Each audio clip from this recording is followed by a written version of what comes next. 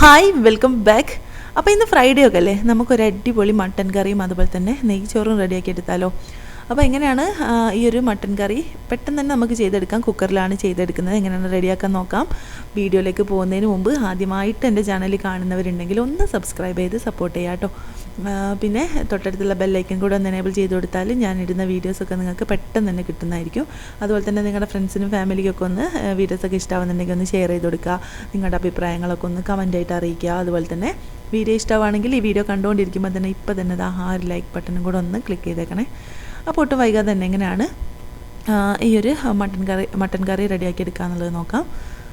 അപ്പോൾ ഇതിലേക്ക് വേണ്ട സാധനങ്ങൾ എന്തൊക്കെയാണെന്ന് നോക്കാം. അപ്പോൾ അതാ ഇവിടെ ഒരു 1.5 വലിയുള്ളി എടുത്തിട്ടുണ്ട് കേട്ടോ. വലിയൊരു ഉള്ളിയും അതിൻ്റെ പിന്നെ ഒന്നിൻ്റെ പകുതി എടുത്തിട്ടുണ്ട്. ഒരു 2 തക്കാളി വലിയ സൈസുള്ള, പിന്നെ അതാ 1 ടേബിൾ സ്പൂൺ അളവിൽ ഇഞ്ചി വെളുത്തുള്ളി പേസ്റ്റ്, അതുപോലെ തന്നെ ഒരു 2 ടേബിൾ സ്പൂൺ അളവിൽ ചെറിയ ഉള്ളി ഒന്ന് ചതച്ചത്, പിന്നെ നിങ്ങളുടെ എരിവിന് ആവശ്യമായിട്ടുള്ള പച്ചമുളക് ഒന്ന് ചതച്ചെടുക്കുക. ഞാനിവിടെ ഒരു 4 എണ്ണമാണ് എടുത്തിട്ടുള്ളത്. പിന്നെ കുറച്ച് കറിവേപ്പില, കുറച്ച് മല്ലിയിലയും കൂടെ എടുത്ത് വെച്ചിട്ടുണ്ട്. പിന്നെ ഒരു 2 ടേബിൾ സ്പൂൺ 2.5 ടേബിൾ സ്പൂൺ അളവിൽ മല്ലിപ്പൊടി എടുത്തിട്ടുണ്ട്. 2 ടേബിൾ സ്പൂണ് മുളക് പൊടി, ഒരു 1/4 ടീസ്പൂൺ അളവിൽ മഞ്ഞൾപ്പൊടി. പിന്നെ അതാ നമുക്കിവിടെ കുറച്ച് കാഷ്യൂ നട്ട്സ് വേണം. ഞാനിവിടെ ഒരു 24 എണ്ണം പോലെ എടുത്തിട്ടുണ്ട് കേട്ടോ. അപ്പോൾ അത് നമ്മൾ കുതിർത്തി വെക്കൊന്നും വേണ്ട, വേറെ രീതിയിലാണ് നമ്മൾ ചെയ്തെടുക്കുന്നത്. ഇനി ഇതാ നേരെ ഒരു കുക്കർ വെച്ച് കൊടുക്കുക.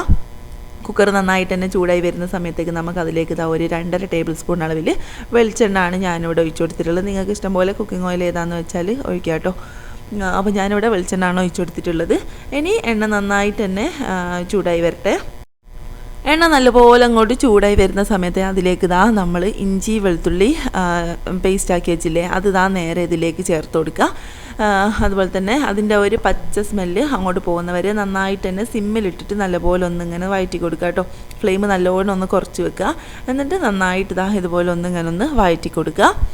അതിൻ്റെ ആ ഒരു പച്ച സ്മെല്ലൊക്കെ പോയതിന് ശേഷം നമുക്കതിലേക്ക് നമ്മൾ നേരത്തെ ചതച്ച് വെച്ചിട്ടുള്ള ചെറിയുള്ളി ഇട്ട് കൊടുക്കാം.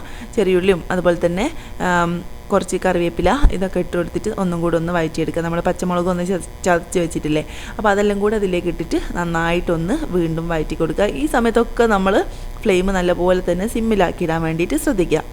അപ്പോൾ അതായത് ഇതിൻ്റെ പച്ച സ്മെല്ലൊക്കെ ഒന്ന് നല്ലപോലെ തന്നെ പോയി വന്നിട്ടുണ്ട്. ഈ ഒരു സമയത്ത് നമ്മൾ നേരത്തെ അരിഞ്ഞ് വെച്ചിട്ടുള്ള വലിയ ഉള്ളി ഉണ്ടല്ലോ, ആ ഒരു 1.5 സവാള നമുക്ക് നേരെ ഇതിലേക്ക് തട്ടി കൊടുക്കുക.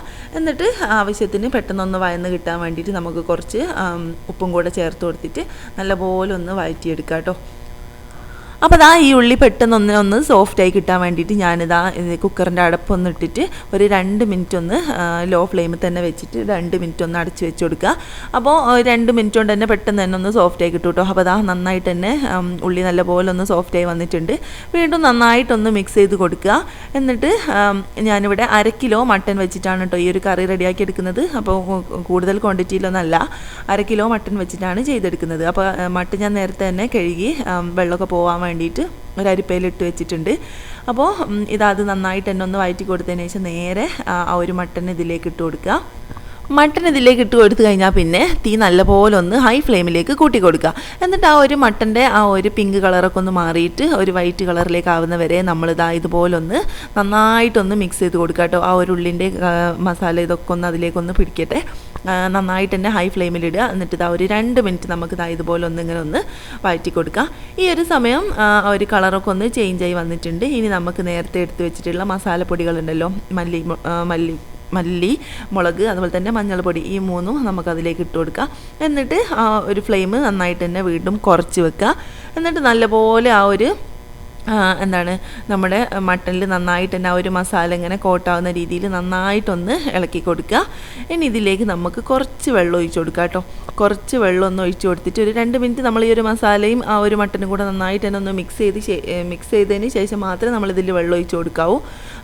നന്നായിട്ടൊന്ന് മിക്സ് ചെയ്തിട്ട് ആ ഒരു മട്ടനിൽ എല്ലാ മസാലയും എത്തിയതിന് ശേഷം മാത്രം നമ്മൾ എന്ത് ചെയ്യുക, ഇതിലേക്കൊരു കുറച്ച് ആവശ്യത്തിന് വെള്ളം ഒഴിച്ച് കൊടുക്കുക കേട്ടോ. അപ്പോൾ ഞാനിതാ ആ ഒരു നേരത്തെ നമ്മൾ ഇഞ്ചി വെളുത്തുള്ളിയൊക്കെ ഒന്ന് പേസ്റ്റ് ആക്കിയിട്ടുള്ള ആ ഒരു മിക്സിൻ്റെ ജാറിലേക്കാണ് കുറച്ച് വെള്ളം ഒഴിച്ചിട്ട് ഇതിലേക്ക് ഒഴിച്ചു കൊടുക്കുന്നത്. അപ്പോൾ ഇതൊന്ന് മട്ടൺ ഒന്ന് വെന്ത് കിട്ടാനുള്ള നമ്മൾ മസാലയൊക്കെ ഇട്ടിട്ട് വേവിച്ചെടുക്കുകയാണല്ലോ ചെയ്യുന്നത്. അപ്പം കുക്കർ അടുപ്പിച്ചെടുക്കുന്ന സമയത്ത് അടിയിലൊന്നും പിടിച്ച് പോവാതിരിക്കാൻ പാകത്തിന് ഈ ഒരു ലെവലിൽ വെള്ളം ഒഴിച്ചു കൊടുക്കുക കേട്ടോ. ആ ഒരു മട്ടൻ്റെ ലെവലിൽ ഞാനിതാ വെള്ളം ഒഴിച്ചു കൊടുക്കുന്നുണ്ട്. പിന്നെ ഓരോ മട്ടനും വേവിൽ വ്യത്യാസം ഉണ്ടാവും. അതിനനുസരിച്ച് നോക്കിയിട്ട് കുറേശ്ശെ ആയിട്ട് നിങ്ങൾ ഒരു 3-4 വിസിലൊക്കെ അടിച്ചതിന് ശേഷം നിങ്ങൾ വീണ്ടും ഒന്ന് ഓപ്പൺ ചെയ്ത് നോക്കുക. അതിന് ശേഷം വേണമെങ്കിൽ ആവശ്യമാണെങ്കിൽ മാത്രം നമ്മൾ വീണ്ടും അടിച്ചെടുക്കുക കേട്ടോ. അപ്പോൾ ഇത് വെന്ത് കിട്ടാൻ വേണ്ടിയിട്ട് ഞാൻ ഒരു 8 വിസിൽ അടിക്കേണ്ടി വന്നിട്ടുണ്ട്.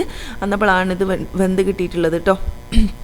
അപ്പോൾ അത് അവിടുന്ന് വേവട്ടെ. ആ ഒരു സമയം കൊണ്ട് ഞാനിത് അവിടെ നെയ്ച്ചോറൊന്ന് റെഡിയാക്കി എടുക്കുന്നുണ്ട്. അപ്പോൾ നെയ്ച്ചോറൊന്ന് റെഡിയാക്കുന്നതിന് മുമ്പ് നമുക്ക് അതിലേക്ക് അണ്ടിപ്പരിപ്പ് നമ്മൾ നേരത്തെ എടുത്ത് വെച്ചല്ലോ. അപ്പോൾ ആ അണ്ടിപ്പരിപ്പ് നമുക്ക് ഒന്ന് വറുത്തെടുക്കണം കേട്ടോ. അപ്പോൾ ഞാനിങ്ങനെ വെറുതെ അരച്ചെടുക്കല്ല ചെയ്യുന്നത്. ഇതൊന്ന് കുതിർത്തി വെച്ചിട്ട് അരയ്ക്കല്ല ചെയ്യുന്നത്. അതൊന്ന് വറുത്തെടുത്തിട്ടാണ് അരച്ചെടുക്കുന്നത് കേട്ടോ. അപ്പോൾ വെളിച്ചെണ്ണ നന്നായിട്ട് തന്നെ ചൂടായി വരുന്ന സമയത്ത് നമ്മൾ അണ്ടിപ്പരിപ്പ് ഒന്ന് അതിലേക്ക് ഇട്ടിട്ട് ഒന്ന് വറുത്തെടുക്കുക. ഒരു 2 മിനിറ്റ് അതിലിട്ടിട്ട് അതിൻ്റെ ആ ഒരു കളറൊക്കെ ഒന്ന് ചേഞ്ചായി വരുമല്ലോ. നമ്മൾ ബിരിയാണീൻ്റെ മുകളിലൊക്കെ ഇടാൻ പാകത്തിന് എടുക്കുന്ന പോലെ തന്നെ കളറ് ജസ്റ്റ് ഒന്ന് ഗോൾഡൻ കളറായി വരുന്ന സമയത്ത് നമുക്ക് അതൊന്ന് കോരി മാറ്റാം. എന്നിട്ട് ചൂട് നല്ലപോലെ തണിഞ്ഞതിന് ശേഷം കുറച്ച് വെള്ളം ഒഴിച്ചിട്ട് നമുക്കതൊന്ന് പേസ്റ്റ് ആക്കിയിട്ട് അരച്ചെടുക്കാം. നന്നായിട്ട് തന്നെ ഫൈനായിട്ട് തന്നെ അരച്ചെടുക്കണം കേട്ടോ. അരച്ചെടുക്കുന്ന സമയത്ത് അപ്പോൾ ഇതാ നല്ലപോലെ തന്നെ വറുത്തെടുത്തിട്ടുണ്ട്. ഇനി ആ ഒരു സെയിം പാനിലേക്ക് തന്നെയാണ് ഞാൻ കുറച്ച് വലിയുള്ളിയും അതുപോലെ തന്നെ കുറച്ച് സ്പൈസസൊക്കെ ഇട്ടിട്ട് ഇതിലേക്ക് നെയ്ച്ചോറ് റെഡിയാക്കി എടുക്കാൻ വേണ്ടിയിട്ട് നോക്കുകയാണ്. ഇനി അതിലേക്ക് ആവശ്യമായിട്ടുള്ള ഞാൻ അരി വറുത്തിട്ടല്ല അല്ലാതെയാണ് വേവിച്ചെടുക്കുന്നത് കേട്ടോ. അപ്പോൾ 2 കപ്പ് റൈസാണ് എടുത്തിട്ടുള്ളത്. അപ്പം 4 കപ്പ് വെള്ളം ഒഴിച്ചു കൊടുത്തിട്ടുണ്ട്. ഇനി ആവശ്യത്തിനുള്ള ഉപ്പും കൂടെ ചേർത്ത് കൊടുക്കുക. പിന്നെ ഞാനിതിൽ ആദ്യം വെളിച്ചെണ്ണ ഒഴിച്ചിട്ടാണല്ലോ ആ അണ്ടിപ്പരിപ്പ് വറുത്തെടുത്തത്. അപ്പോൾ അതിലേക്ക് ഞാൻ വേറെ നെയ്യ് ഒഴിച്ച് കൊടുത്തിട്ടില്ലായിരുന്നു. അപ്പോൾ ഈ ഒരു സമയത്ത് ഈ വെള്ളം ഒന്ന് തിളച്ച് വരാനാവുന്ന സമയത്താണ് ഞാനിതിലേക്ക് നെയ്യ് ചേർത്ത് കൊടുക്കുന്നത്. അതുപോലെ തന്നെ നമ്മൾ നാരങ്ങ നീര് ചേർത്ത് കൊടുക്കുക. എന്നിട്ട് ആവശ്യത്തിന് ഉപ്പും കൂടെ ഇട്ടിട്ട് നല്ലപോലെ ഒന്ന് മിക്സ് ചെയ്തിട്ട് അപ്പോൾ ആ വെള്ളം നല്ലപോലെ തന്നെ തിളച്ച് വന്നിട്ടുണ്ട്. ഇനി നേരെ നമുക്കിതിലേക്ക് അരി ചേർത്ത് കൊടുക്കാം. അപ്പോൾ 2 കപ്പ് കൈമ റൈസാണ് കേട്ടോ ഞാൻ എടുത്തിട്ടുള്ളത്. അപ്പോൾ നേരെ ഇതിലേക്ക് ഇട്ട് കൊടുക്കുന്നുണ്ട്. എന്നിട്ട് വീണ്ടും നന്നായിട്ടൊന്ന് മിക്സ് ചെയ്ത് കൊടുക്കുക. ഈ ഒരു സമയത്ത് ഹൈ ഫ്ലെയിമിലാണ് ഉള്ളത്. അപ്പോൾ നന്നായിട്ട് ഇളക്കി കൊടുത്തതിന് ശേഷം ഇതൊന്ന് തിളച്ച് വന്നാൽ പിന്നെ നേരെ ലോ ഫ്ലെയിമിലേക്ക് മാറ്റി കൊടുക്കുക. എന്നിട്ട് ആ ലോ ഫ്ലെയിമിലിട്ടിട്ട് നന്നായിട്ട് ഇതൊന്ന് വേവിച്ചെടുക്കാം. അപ്പോൾ അരി ഇവിടെ വേവുന്ന സമയം കൊണ്ട് തന്നെ നമ്മളെ മട്ടൻ എന്തായി നോക്കാം. മട്ടൻ ഇവിടെ ഒരു 70% വെന്ത് വരുന്ന സമയത്ത് നമുക്കിതുപോലെ ഒന്ന് ഓപ്പൺ ചെയ്ത് നോക്കാം. എന്നിട്ട് നേരത്തെ നമ്മൾ തക്കാളി ചേർത്ത് കൊടുത്തിട്ടില്ല. മട്ടൻ ഒരു 70% വെന്തതിന് ശേഷമാണ് നമ്മൾ തക്കാളി ചേർത്ത് കൊടുക്കേണ്ടത് കേട്ടോ. ഇപ്പോൾ കാണിച്ചു തരാം. ഒരു 70% ഇത് വെന്തിട്ടുണ്ട്.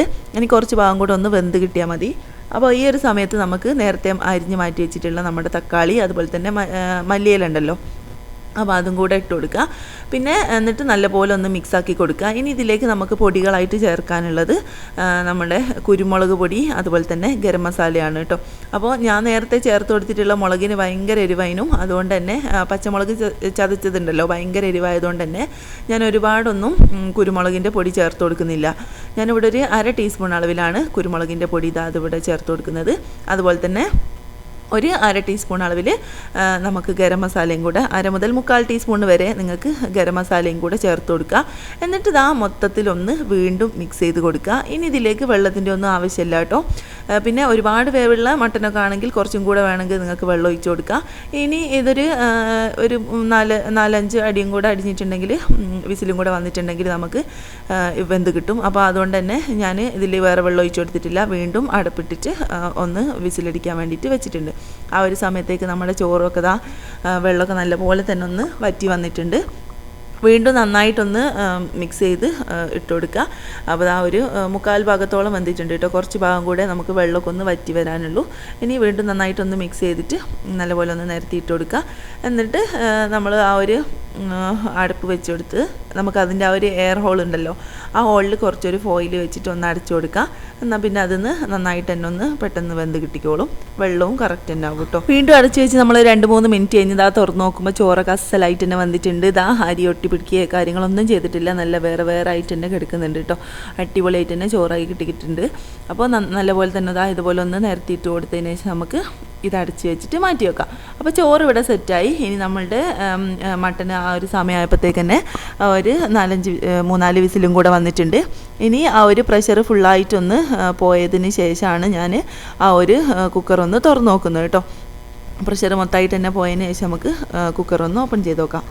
അപ്പോൾ ആ മട്ടനൊക്കെ നല്ലപോലെ വെന്ത് നല്ല തിക്ക് ഗ്രേവിയോട് കൂടിയിട്ടുള്ള കറി ഇവിടെ റെഡിയായി. ഇനി ഇതിലേക്ക് ലാസ്റ്റായിട്ട് തന്നെ നമുക്കിതിലേക്ക് അണ്ടിപ്പരിപ്പ് നേരത്തെ നമ്മൾ വറുത്ത് മാറ്റി വെച്ചിട്ടുണ്ടല്ലോ, അപ്പോൾ ആ വറുത്ത് കോരി വെച്ച അണ്ടിപ്പരിപ്പിലേക്ക് കുറച്ച് വെള്ളം കൂടെ ഒഴിച്ചിട്ട് നമുക്ക് നല്ല ഫൈനായിട്ടൊന്ന് അരച്ചെടുക്കണം. അപ്പോൾ ആ മട്ടനൊക്കെ നല്ല അടിപൊളിയായിട്ട് തന്നെ വെന്ത് സെറ്റായിട്ടുണ്ട് കേട്ടോ.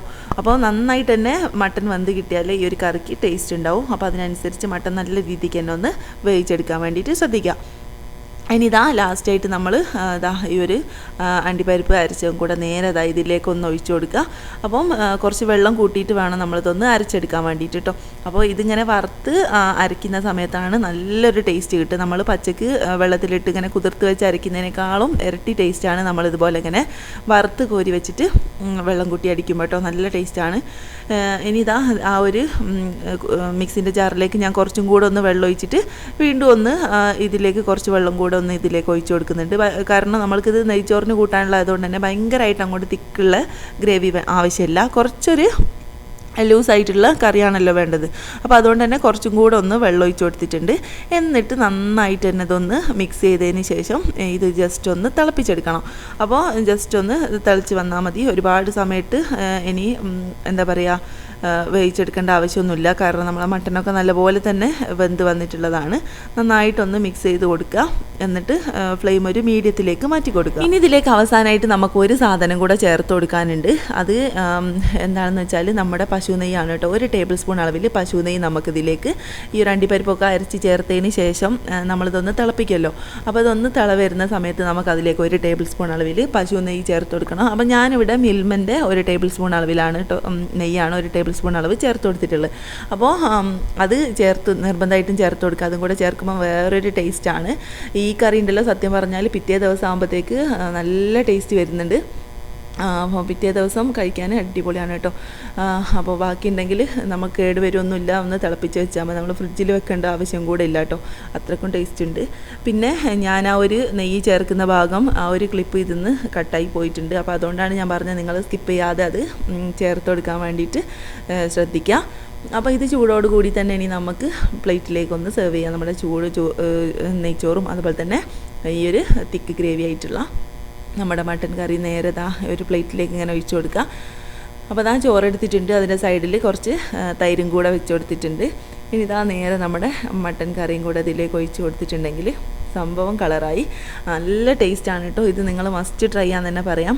പല രീതിയിൽ നമ്മൾ മട്ടൻ കറി ചെയ്ത് നോക്കാറുണ്ടാവും. അപ്പം ഈ ഒരു രീതിക്ക് നിങ്ങൾ മസ്റ്റായിട്ടൊന്ന് ട്രൈ ചെയ്ത് നോക്കണം. കിട്ടില്ലൻ ടേസ്റ്റാണ്. അപ്പോൾ ട്രൈ ചെയ്തിട്ട് നിങ്ങളെ ഫീഡ്ബാക്ക് മറന്നു പോവാതെ തന്നെ അറിയിക്കുകയും ചെയ്യുക. അപ്പോൾ ഇൻഷാ അല്ലാഹ് പുതിയൊരു വീഡിയോ ആയിട്ട് നമ്മൾക്ക് വീണ്ടും കാണാം. അതുവരേക്കും ബൈ ബൈ.